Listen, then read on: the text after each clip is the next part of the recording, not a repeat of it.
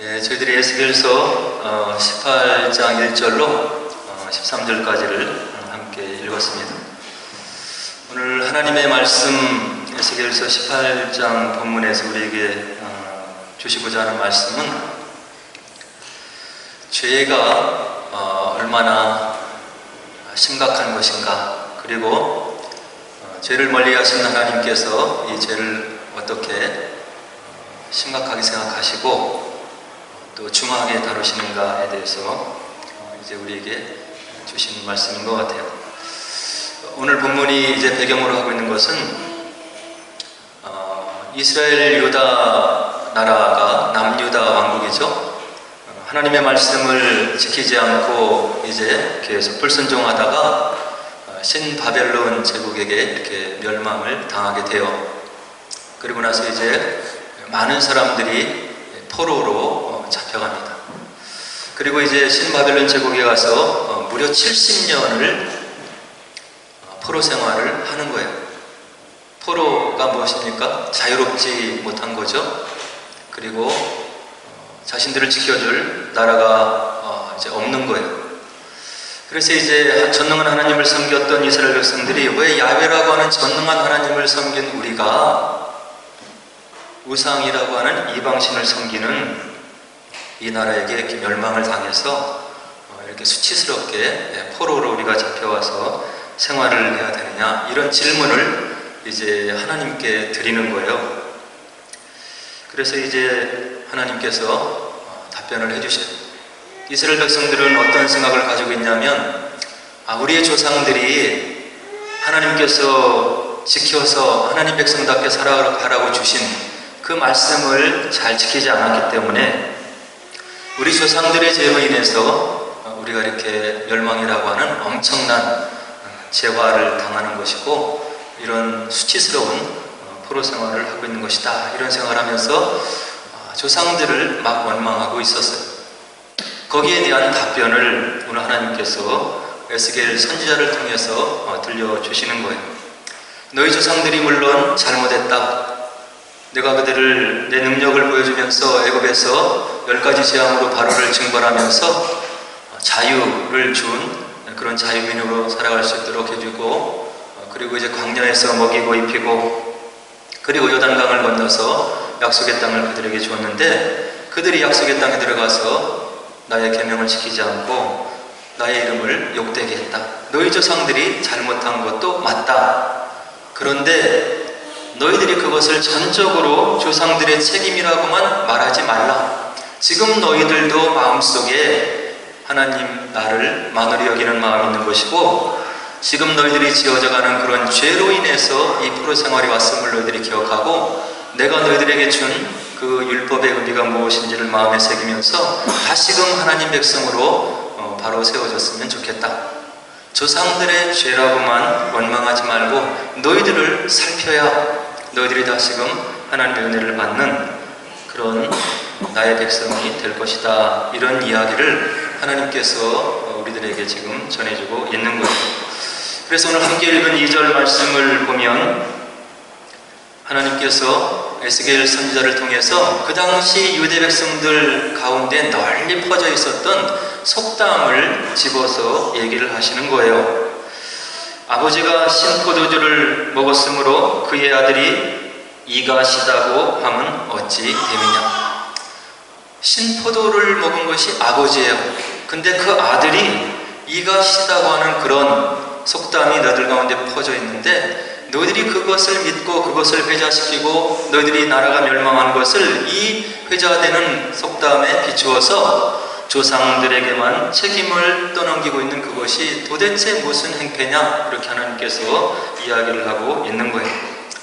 근데 지금 포로 생활하고 있는 이스라엘 백성들이 이런 생각을 가지고 이런 속담을 유통시켰던 이유가 있는데 무엇이냐면, 하나님께서 모세를 통해서 주신 율법 출애굽기 20장 5절에 보면 이런 구절들이 있었던 거예요. 죄를 갚되 아버지로부터 아들에게로 3, 4대까지 이르게 하거니와.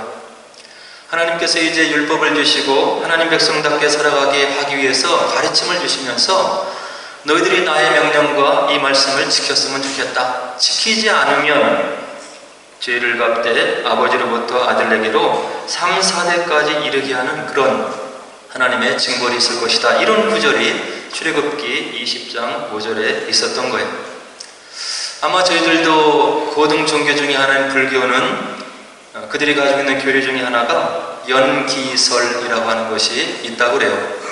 그것은 무엇이냐면 이전 생애에서 어떤 삶을 살았느냐가 지금 금생의 삶을 결정하는 것이고, 또 지금 우리가 어떤 삶을 사느냐가 내생의 삶을 결정하는 그런 원인과 결과의 관계로 이어진다고, 무수한 끊임없는 윤회의 과정을 우리가 거쳐간다, 이런 이야기를 불교에서 가르치고 있다고 우리가 전해 듣고 있는 거예요. 그런데 오늘 출애굽기 20장 5절에서 하나님께서 이스라엘 백성들에게 이와 같이 이런 말씀을 주신 것은, 죄를 짓는 것이 정말로 하나님 앞에 중요한 것이고 엄중한 것이고, 너희들이 죄를 짓지 않기 위해서 그만큼 노력을 해야 된다는 경고의 말씀으로 주신 것이지, 이것이 무슨 불교에서 얘기하듯이 내가 지금 잘못하면 자녀들이 잘못되고 그것이 내생과 금생과 내생에 이르기까지 어떤 하나님이 끊이지 않고 징벌을 내리는 그런 사랑과 은혜와 자비가 없는 하나님의 성품을 얘기하는 것은 아니라고 하는 이야기죠. 그래서 이스라엘 백성들이 이와 같은 잘못된 말씀에 적용을 하고 있을 때 그들에게 에스겔 선지자를 통해서 너희들이 이와 같은 속담을 의지해서 지금 바벨론에서 포로 생활하고 있는 것을 바로 조상들의 죄로 다 던지고 있는데, 넘기고 있는데 그것은 잘못된 것이다, 이렇게 하나님께서 백성들에게 에스겔 선지자를 통해서 가르침을 주시고 있는 거예요. 그리고 나서 3절에서 뭐라고 하나님께서 계속 말씀해 주시냐면, 내가 나의 삶을 두고 맹세하노니 너희가 이스라엘 가운데에서 다시는 이 속담을 쓰지 못하게 되리라. 이 속담을 다시는 쓰지 못하게 되리라. 그리고 4절에서 단정적으로 하나님께서 말씀해 주시는데, 범죄하는 그 영혼은 죽으리라. 범죄하는 영혼은 죽으리라. 하나님께서 죄에 대해서 심각한 태도로, 그런 마음으로 이스라엘 백성들을 향해서 말씀을 해주시고 있는 거예요. 범죄하는 그 영혼은 죽으리라. 그리고 나서 이어지는 9절에서 이제 하나님께서 예를 들어주셔요. 뭐라고 하냐면, 의로운 삶을 산 사람에 대해서 예를 5절에서 9절에 들어주시고, 또 의로운 삶을 산 그 아들, 자녀가 있는데 그 아들의 삶이 이러했더라면 그래도 내가 어떠하겠느냐, 이런 말씀으로 10절에서 13절 계속해서 예를 들어서 설명을 해주시고 있는 거예요. 5절에 보니까 의로운 삶을 산 사람에 대해서 하나님께서 이렇게 이야기를 하고 계신 거예요. 정의와 공의를 따라서 행한 사람, 정의가 무엇인지 공의가 무엇인지 그의 삶을 통해서 실천하기 위해서 노력한 사람, 그 사람이 의로운 사람이다. 6절에 보니까 산 위에서 재물을 먹지 않고 우상에게 눈을 들지 않으며 이웃의 아내를 더럽히지 않는 자, 우상에게 절하지 않는 자, 절대자 야훼 하나님을 기억하고 그분만을 섬긴 자, 그가 의로운 자다. 그리고 내 것이 아닌 이웃의 것, 그것을 탐하지 않는 자, 정직하게 산 사람이 바로 의로운 삶을 산 사람이다. 7절에 또 뭐라고 얘기합니까? 사람을 학대하지 않고 빚진 자의 저작물을 돌려주며 강탈하지 않으며 줄인 자에게 음식물을 주며 벗은 자에게 옷을 입혀준 사람, 자기 혼자 호의호식하지 않고 나만 챙기지 않고 주변의 사람들을 학대하지 않고 잡은 그런 물건을 돌려주고, 또 강탈하지도 않으면서 줄인 자에게 음식물을 주고 벗은 자에게 옷을 입혀주는 그런 선한 행하는 삶을 사는 그런 사람을 내가 의로운 사람이라고 이야기한다고 하나님께서 7절에서 얘기해 주시고요. 그리고 8절에서 또 뭐라고 얘기하십니까? 별일을 위하여 꾸어주지 않고 이자를 받지 않으며 스스로 선을 금하여 죄를 짓지 않고 사람과 사람 사이에 진실하게 판단하는 자, 이런 사람을 내가 내 앞에서 사는 의로운 자라고 이야기할 수 있다. 그리고 9절에서 또 얘기하는데, 하나님의 율례를 따르며 규례를 지켜 진실하게 행하는 자, 세상의 어떤 교훈과 가르침을 따르는 것이 아니고 하나님께서 나의 삶을 위해서 주신 율례, 규례를 내 머리가 이해가 되지 않는다고 하더라도 살아계신 하나님을 인정하고 그 율례를 따르며 규례를 지켜 진실하게 행하는 자를 내가 의로운 자라고 내가 정의를 하겠다. 그런데 그 의는 9절에서 하나님께서 판단을 내려주시기를 반드시 살리라 주 여호와의 말씀이니라. 그런데 이어지는 하나님의 예를 들어서 설명해 주는 그 말씀 중에서 그 의로운 사람이 이제 아들을 얻었다. 의로운 아버지, 하나님 앞에 바른 그 삶을 산 그 아버지의 아들이 있었는데 그가 이런 삶을 살았다고 우리가 생각을 해보자. 10절에 보니까 그 아들이 위에서 말하는 모든 선은 하나도 행하지 않았고 강포하거나 살인을 저지르고 산 위에서 재물을 먹거나 이웃의 아내를 더럽히는 일을 하고 가난하고 궁핍한 자를 학대하거나 강탈하거나 빚진 자의 저당물을 돌려주지 않고 우상에게 눈을 들거나 가증한 일을 행하거나 그리고 별일을 위하여 구워주거나 이자를 받는 이와 같이 악독한 삶을 산 의인의 아들이 있다고 생각을 해보자. 13절에 하나님께서 분명한 답을 주시고 있는 거예요. 그가 살겠느냐? 결코 살지 못할 것이다. 이 모든 가증한 일을 행하였은즉 반드시 죽을지라. 자기의 피가 자기에게로 돌아가리라. 하나님 앞에서의 삶은 부모님의 의로, 부모님의 신앙으로 하나님의 자녀가 되는 것이 아니고 그 자신이 인격적으로 하나님 앞에서 어떤 마음을 가지고 어떤 믿음의 고백을 하느냐에 따라서 구원의 선물로 주어지는 것이고 그를 통해서 이 땅에서 하나님께서 이루시려 하는 그런 의로운 삶을 통한 하나님의 뜻을 이루고자 하는 뜻이 분명히 있다고 하는 것을 오늘 하나님께서 우리들에게 이야기를 해주시고 있는 거예요. 오늘 말씀을 보면서 오늘날 한국 사회를 잠시 생각해 보게 되었어요. 우리 믿음의 선조들은 은혜를 받기 위해서, 말씀을 받기 위해서 그 먼 거리를 마다하지 않고 말씀 사경회가 있는 곳에 가서 말씀을 듣고 말씀을 실천하기 위해서 그들이 잘 살지 못하는 그런 형편임에도 불구하고 옆에 어려운 사람들을 돌보고 살폈던 우리 믿음의 선조들의 모습을 기독교 역사를 통해서 살펴볼 수가 있는 거예요. 그분들의 기도로, 그분들의 피땀 어린 노력으로 오늘 한국이 세계에서 10번째, 11번째, 그리고 무역 규모로는 7번째 이런 엄청난 물질의 풍요를 누리고 있는 하나님의 은혜를 받는 그런 백성이 되었는데 요즘의 한국 사회를 바라보면 제가 굳이 설명드리지 않아도 얼마나 문란한지, 삶의 기준이 없고 하나님이 계시다면 정말로 그들의 삶을 인정할 수 있을까라고 생각할 정도로 문란하고 어지럽고 혼란스러운 그런 삶을 살아가고 있는 한국 사회의 모습을 우리가 알 수 있는 거예요. 인터넷에서 흘러넘치는 수많은 음란물들, 우리 자녀들, 청소년들이 무방비로 노출되어 있고 인간의 본능을 자극해서 그들을 유혹하고 타락하게 하는 그런 수많은 방송 매체들을 우리가 주변에서 지금 대하고 있는 거예요. 하나님 말씀을 생각하지 않으면, 기도하지 않으면 스스로를 지켜낼 수 없는 그런 엄청난 유혹이 넘쳐나는 세상을 지금 살고 있다고 하는 이야기. 한국의 교육이 무너질 대로 무너졌어요.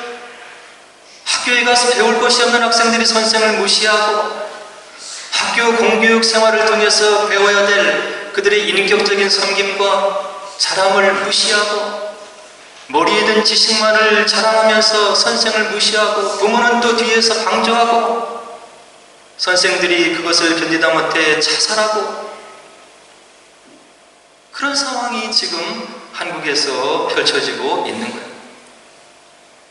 제가 공부를 하고 교육받던 그런 때와는 하늘과 땅과 같은 공교육이 땅에 떨어지고 우리 학생들이 무엇을 배우며 그들 마음속에 함께 산다고 하는 그런 어떤 교육을 받고 있는지 저런 생각으로 교육받고 자라나서 과연 옆에 있는 사람들을 챙길 수 있는지, 그리고 삶을 나누면서 살아갈 수 있는 그런 참된 주님의 사람들이 생겨날 수 있는지가 의심스러운 거예요. 영국도 마찬가지예요. 세컨더리 스쿨 가보면 선생님들의 권위가 땅에 떨어지고 그들을 규제하고 통제할 수 없고 그들의 몸에 터치를 못하게 하는 것을 악용해서 그들이 선생의 권위를 짓밟고 올라가는 영국 교회의 실태도, 우리가 교육기관의 실태도 우리가 현실적으로 목도할 수가 있는 거예요. 왜 이렇습니까? 삶의 기준이 없어진 거예요. 요즘 세계 철학으로 이것을 포스트 모던이라고 이야기를 하고 있어요. 권위가 사라진 세상, 남의 가르침과 존중과 그리고 남의 어떤 충고를 받기 싫어하는 그런 세대들, 우리 젊은이들 요즘에 그런 것을 문득문득 느낄 수가 있는 거예요. 귀하게 자랐기 때문에, 혼자 자랐기 때문에, 많아야 둘이 자랐기 때문에 그 풍요로운 물질적인 생활 속에서 자라면서 인격이 자라나지 않아서 주변을 헤아리지 않은 그런 마음을 바로 성장시키지 못한 우리의 연약한 모습을 볼 수 있다고 하는 이야기예요. 하고 싶은 것들만 하고 싶어하고 감정이 요구하는 대로 즐기고 누리고 그것이 삶의 행복이라고 하는 거짓된 가르침, 세속적인 가르침 속에 우리 젊은이들과 학생들이 노출되어 있다고 하는 이야기예요. 그러나 과연 성경은 그것을 얘기하고 있냐고 하는 이야기죠. 성경은 하나님의 말씀 규제를 얘기하고 있는 거예요. 우리에게 모든 자유를 주시고 하나님께서 스스로 희생이 되셔서 구원이라고 하는 엄청난 은혜를 주셨지만 하나님의 말씀 안에 있어야 너희들이 누리는 자유가 참된 자유임을 하나님께서 우리에게 분명하게 이야기를 해주시고 있는 거예요. 하나님의 말씀에 죄라고 하는 것은 죄인 것이고 하나님이 하지 말라고 하는 것은 우리가 하지 않아야 하나님의 백성으로 살아가는 그런 마음이라고 이야기를 하고 있는 거예요. 사도 바울은 그래서 로마서 3장 20절에 율법으로는 죄를 깨달음이니라 이렇게 얘기를 하고 있는 거예요. 하나님의 말씀이 무엇이라고 얘기하는지, 내가 지금 살아가는 이 상황 속에서, 나에게 닥친 여건 속에서 이것을 하나님께서 나에게 뭐라고 얘기하시는지를 말씀을 통해서 지혜를 얻어야 되는 거예요. 세상 사람들이 얘기하는 것이 진리가 아니고 저와 여러분들을 사랑하셔서 죽기까지 우리를 사랑해 주시고 섬겨 주신, 그래서 구원을 선물로 주신 그 하나님께서 은혜로 사랑으로 주신 말씀이 무엇을 얘기하는지를 묵상하고 우리 삶에 적용을 해야 된다고 하는 이야기입니다.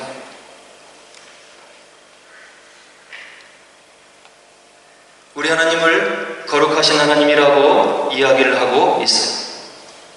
하나님의 속성에 대해서 거룩하심을 얘기하는 레위기는 이와 같이 우리 하나님에 대해서 설명을 해주고 있는 거예요.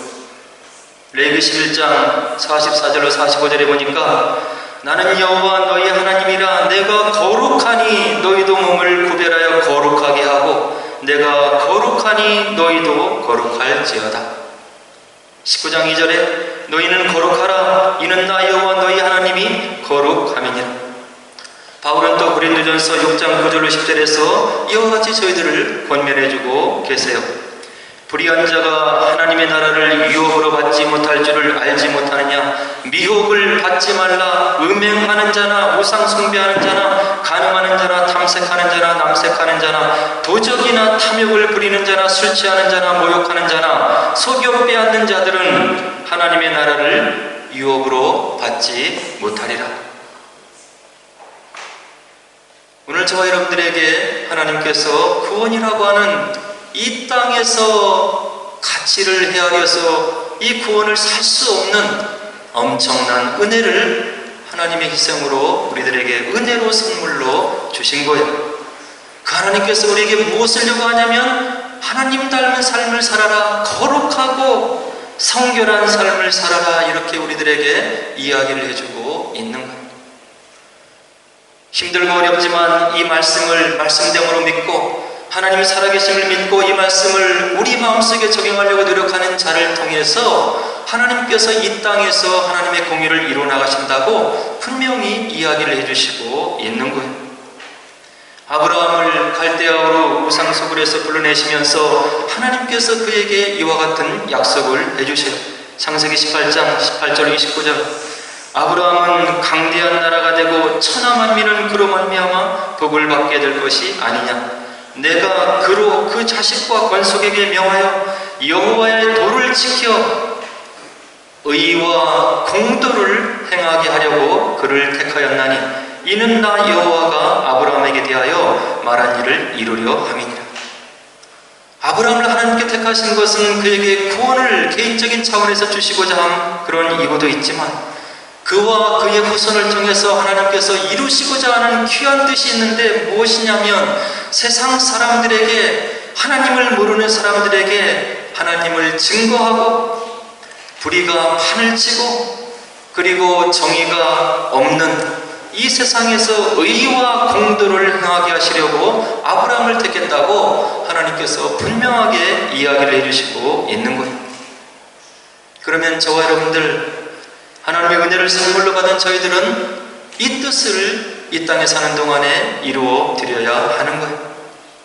하나님의 의와 공도를 이 땅에서 실행해서 이루어 드리는 자, 어떻게 해야 되냐면 성결해야 되고 하나님 앞에 거룩함을 지키기 위해서 노력하는 자라야 하나님께서 그의 삶을 기름 부어주시고 그를 통해서 하나님의 의와 공도를 이 땅에서 이루시겠다고 하는 엄청난 하나님의 꿈과 드림을 우리들에게 알려주시고 있는 거예요. 주변에서 볼 수 있는 하나님이 원하시지 않는 일들을 저희들이 심상하게 생각하면 안 되는 거예요. 하나님이 죄라고 하는 것은 죄인 것이고 우리의 삶을 거룩하게 지킬 것을 요구하시는 하나님의 뜻은 하나님의 거룩한 뜻인 것이고 그러한 거룩한 그릇이 되었을 때 저와 여러분들이 짧은 생에 있지만 하나님의 뜻을 이 땅에서 이루어드리면서 하나님의 뜻을 이루어드리면서 우리에게 주시는 하나님의 참된 기쁨을 이 땅에 살아가면서 누리는 그런 귀한 그릇들이 될 수 있다고 하는 귀한 말씀을 오늘 본문이 저희들에게 전해주고 있는 거예요. 바라기는 하나님이 살아계심을 인식하시고 그 거룩하신 하나님 앞에 우리가 거룩한 성도의 삶을 살기 위해서 노력하셔서 하나님 나라의 증인된 삶을 사시고 저와 여러분들의 작은 삶을 통해서 주변의 사람들이 소망을 발견하고 하나님 나라의 은혜를 체험하는 그러한 복되고 귀한 삶을 사시는 저와 여러분 되기를 주의 이름으로 간절히 축원을 드립니다. 함께 기도하도록 하겠습니다.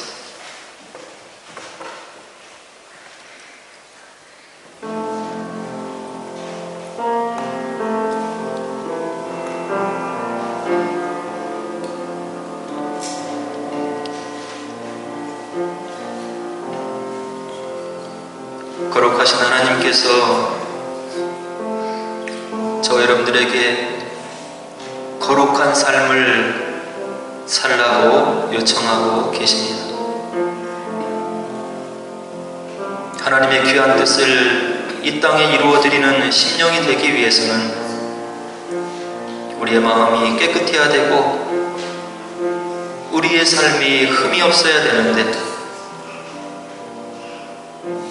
저희들의 힘과 노력 가지고는 안 되는 것을 체험적으로 알고 있습니다. 바라기는 우리의 기도 가운데 하나님께서 우리를 도와주셔서 이 땅에서 성결하게 살고 거룩하게 살고 그런 저희들의 삶을 주님께서 축복해 주셔서 우리의 삶을 통해서 주변의 사람들이 하나님을 발견하고 그 은혜 가운데 돌아올 수 있는 복된 삶이 되게 하옵소서. 선교자들이 죽음으로 이 믿음의 진리성을 증거해주고 있는데 그 믿음의 선조들을 뒤따라가는 복되고 아름다운 삶이 되게 하옵소서. 말씀으로 깨우치는 복된 삶이 되게 하옵소서. 성령과 동행하는 은혜로운 삶이 되게 하옵소서. 그리해서 주님이 원하시는 아름다운 삶을 살아드리는 저와 여러분들 에게 우리 주님께 함께 기도하도록 하겠습니다. 기도하겠습니다.